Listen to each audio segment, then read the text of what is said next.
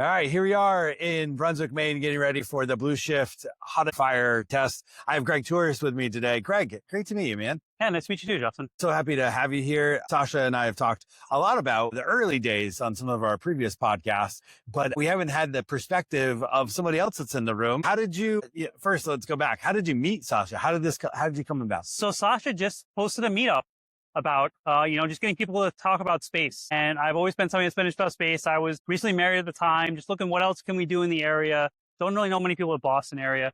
So I just showed up, why not? See what's happening, what's going on.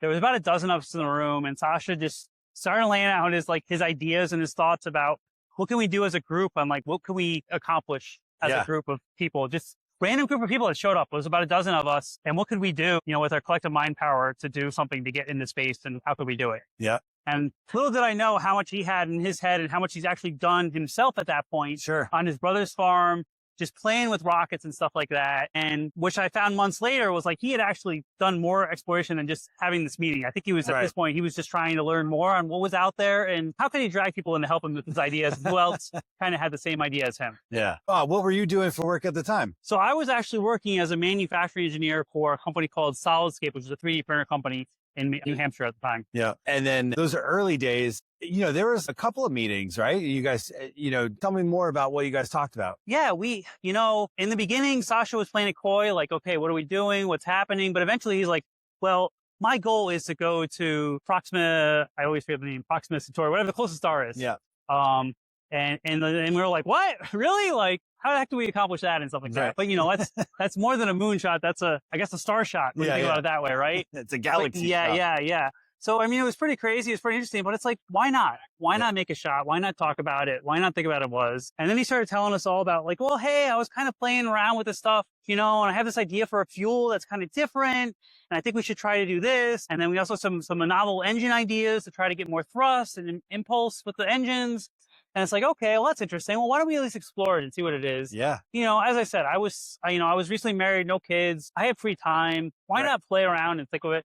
And, to find out he has this kind of little skunk works in his office area, kind of to go and play around with some of this stuff and do it. That's so cool. So life got in the way, of course. So, you weren't able to continue on, but you followed the journey really closely this whole time. What has it been like to kind of see from afar and check in with your friend? Yeah. It's been pretty interesting. I've been kind of seeing it from afar. This is the first time I saw Sascha today in about 9 years. Oh, wow. So I haven't actually seen him in person since I moved to Connecticut, when I moved and relocated. So it's been interesting, kind of watching it from afar, seeing what's happening, kind of seeing the little company that we kind of just talked about and kind of thought about and worked a bit on, kind of becoming this really big thing. Actually, it's been pretty amazing to watch it go from this like crazy ideas kind of in a room to, we're seeing this huge test stand out here, and what does that feel like for you? It's pretty amazing to kind of see where it's come. And like, it's like, wow. And it's part of the reason I've invested in the company and everything else. Sascha's a great person.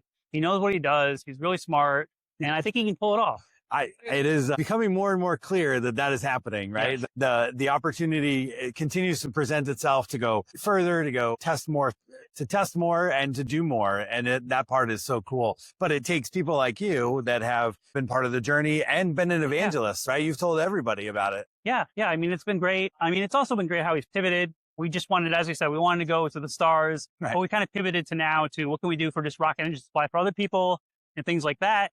And it's always a good idea to think about, okay, what can we really do for our product and how do we support it and stuff like that. That's cool. So what are you doing today? I actually have two companies. I have one called RAM Technologies that makes PC power supplies for medical devices. Okay. And then I have a second company that does refrigeration repair and other services for restaurants in the Connecticut area to help them kind of keep in business and don't worry about handyman stuff and things like that. That's awesome.